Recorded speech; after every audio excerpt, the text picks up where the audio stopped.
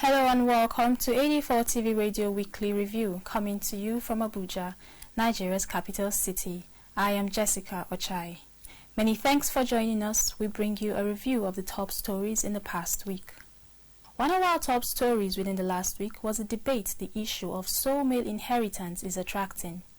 We told you that in Africa, the bequeathing of inheritance to sons and daughters is one that sometimes causes strife within the family, especially when the relevant culture determines who gets what. In certain climes within the African society, male children are accorded some privileges and rights which are denied their female counterparts. Such tendencies are applied in the process of inheritance, as most African cultures give or share all the property and benefit of inheritance strictly amongst the male children, leaving little or nothing for the female offspring. It gets so bad that some female children go beyond being marginalized to losing their lives in the struggle for inheritance. The story took us to the question of whether strict male inheritance should be discarded. Besides, what can be done to allow women more rights to inheritance? Here again is the parley with AD4TV Radio crew, had with some residents of Abuja on the matter.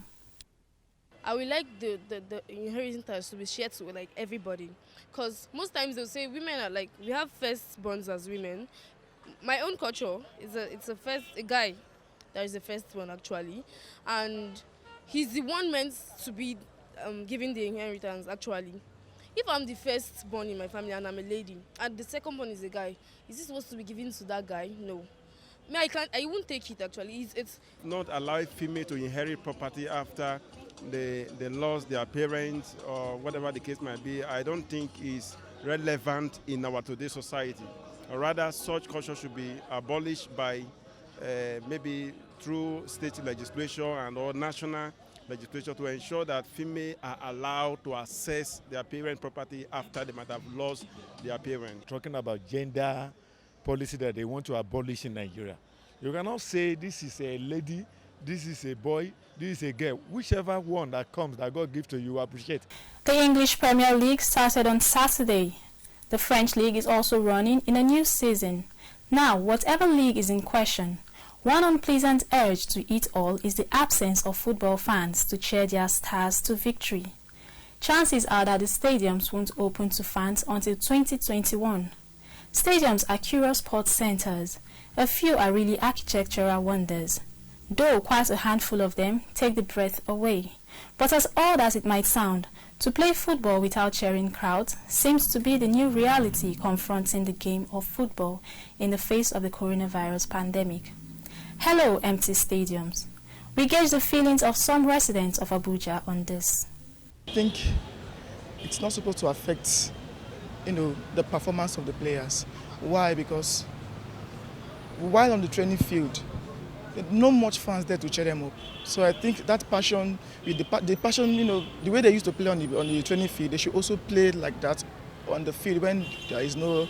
For those people who have strong passion for the football, it won't be a little bit different, because there are some who go to the pitch for the passion and some go for the maybe like just to wear a lot of time. So it depends on the. It look improper because there's no joy there. The joy of football is when the supporters are surrounding the players in the pitch. Then even though some players, when they're hearing the supporters around them, they put more effort. Grades are traditionally considered as a significant motivational influence on pupils and students. However, in the last few years, more and more researchers have questioned the effectiveness of grades in motivating students to learn. Here are some views we gained on whether grades motivate or demotivate learners. I think it's necessary to conduct such grading systems, because without it, there'll be laxity and there'll be a don't care attitude. These days, our children are always watching movies, they are on their phones. They won't have time to concentrate on their studies and their education. So, to my own thinking, I think it's motivate them to perform better. Because once you grade them, they can be able to compare the grade they have with their colleagues that they have. Those that they didn't perform very fine, they will look at their grade, but then motivate them to see how they can actually boost themselves so that they can actually be the best in the class. And apart from that, grading them, when they go home, they see the grades. From their parents to see the kind of grade they get from school. Some parents will promise them that if you score a higher grade, I'm going to buy so gift for you. With that alone, it's going to motivate them to work hard, read more, so that they can be able to achieve that particular grade to get the gift that the parents will have for them. Grade motivate the people, motivate someone. Like, I remember when I was in school, whenever I fail, I'll be disappointed and I'll be eager to put more effort so that I can meet up with my friends and colleagues. So I think grade is, actually good. I think it motivates a lot. Like, it does motivate because you need to see your progress. You need to see how you're doing. Yeah, and if you're left behind, you need to walk up. You need to walk and meet up. Do you understand? So as little kids, seeing your grades, like seeing you up there, is like the competition. I think it's good. It's a good thing. I think it actually motivates them. Because if you don't give someone a grade to what he or she has done, he wouldn't know if he has done the right thing or the wrong thing, or he's doing well or not. So I think when the person does, even if he's a child, that's how they grow. The Bible says we should spread the rod and spoil the child, right? Okay, catching them young. There's an adage like that, catch them young. So I think when you teach them from when they are very small to know the differences between failure and success, it tends to make them want to achieve better. You make them know the importance of success in their life, and if they do better, they become successful. You show them stories of people suffering and all of that, and they wouldn't want that in their life. So they tend to want to strive to become better children. So I think grading is actually a good idea for children. We'll take a break now. When we return, boarding and day schools, which of them teach better morals? Stay with us. Details coming up shortly.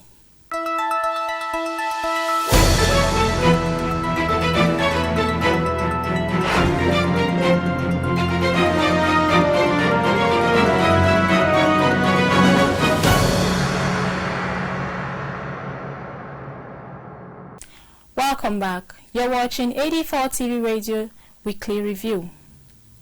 Moral education refers to helping children acquire those virtues or moral habits that will help them individually to live a good life and at the same time become productive and contributing members of their communities.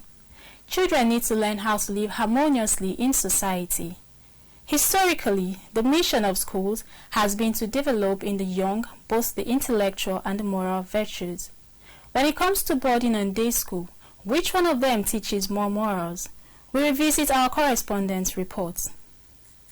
In my opinion, I think boarding school teaches more morals than day school. It prepares the individual to learn how to live independently. Particularly as a young or as a teenager, going to boarding school actually exposes that particular person to learn how to stay independent outside home. It teaches some certain disciplinary habits, waking up early in the morning. It teaches, it improves your social life, and it makes you just how to survive outside the family, outside the home. So that you learn a lot in boarding school. And I could remember when I was in it, after my primary school, likewise me, after my primary school, I was somehow stubborn at home, somehow stubborn at home, do many things like that. Then my mom told me that all this your stubbornness and other things you are doing, I will take you to boarding school so that you go and learn a lot. And serious, when I went to boarding school, I seriously learned a lot from this school. Because the discipline, whatever, let me just give you an example. One, I eat a lot at home. But when I went to boarding school, I'm coming back home. Then my mother and I discovered that the nursery she knows this is not the nursery she used to. She see now because I don't eat subsequently like before, and I took brooms, sweep all the compound because of the labor we got in the school. So many things involved. And in terms of even teaching, you can't compare day and body. They force us to go to prep. We have we have to go to prep at least 3 times. Evening prep and night prep, 2 times, evening prep and night prep. So by doing that, at least you acquire more knowledge. You force yourself to read and you force yourself to know something that you didn't know. there you get to meet people, new people, and get to learn how to live with them. But day school, you get to meet people. Yes, you meet people, you relate to them, but at the end of the day, you still go back to your house. But this one though, you learn that tolerance spirit of how to tolerate people, even in the hostel. Like when you get to the hostel, you get to meet people with different characters, different behaviors, and in your house you might not take it like that. But when you're in boarding school, you have to, okay, this is my roommate. Like for my whole year in school, except maybe you want to apply to change the room of your hostel. But when you're in there, okay, this is how this person behave. I get to learn how to live and tolerate that person, no matter how their behavior and character is. And discipleship. Boarding school tends to discipline more than day school, because I believe, okay, I went to boarding and I went to day. On boarding, the way they discipline is to correct you. That one, nobody will care of you. Okay, you go back to your father's house and go and report what they did to you in school. But okay, I can go back home and tell my parents, this is what they did to me in school. My parents will come to school to come and fight the teacher. But in boarding school, nothing like that. You just have to cry and go to your room and cry yourself out. When it comes to taking care of yourself, there are many people that will get to boarding school, they don't even know how to wash their own clothes. When get to the boarding school, they'll learn how to wash, even wash your senior's clothes, especially if you're a junior student. You even learn how to wash. There are people in their house, they don't fetch water, but when they get to boarding school, they fetch water. Even fetch for the one your seniors will even bathe. Boarding school gives more moral to students than day school.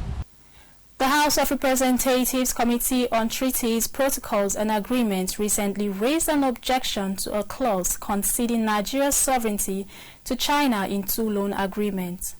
There were the $400 million loan for the Nigerian National Information and Communication Technology Infrastructure Backbone Phase 2 project and the one for railway expansion. This leads to the conversation about whether infrastructure should be funded by taxation or borrowing. AD4TV Radio talked to some Nigerians in the Federal Capital Territory about this. A citizen, much tax to pay, is also affecting our economic system, in the sense that majority of people will not be able to go into businesses because of the tax. So it is good if they can balance the two. Supposed to bring some taxes in low extent, not to tax. For instance, somebody is making 10,000 in a month, and you bring tax of 8,000. It's not possible.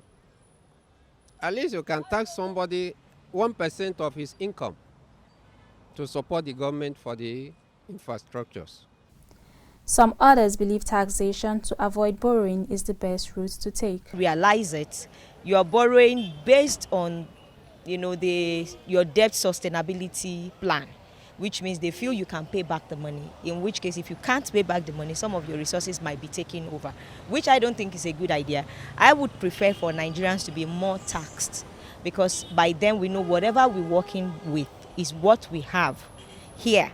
So it's easier I think that's my opinion though. More tax, less borrowing. Remember, coronavirus is real. Ensure you wash your hands regularly. Use alcohol-based hand sanitizers. Wear your mask besides maintaining social distancing. That does it for our weekly review. You can join the conversation on our website at www.ad4tvradio.com. Please follow us on our social media platforms at AD4TV Radio on Facebook, Twitter, LinkedIn, and Instagram. Please subscribe to our YouTube channel at AD4TV Radio as well. Thanks for watching. I am Jessica Ochai.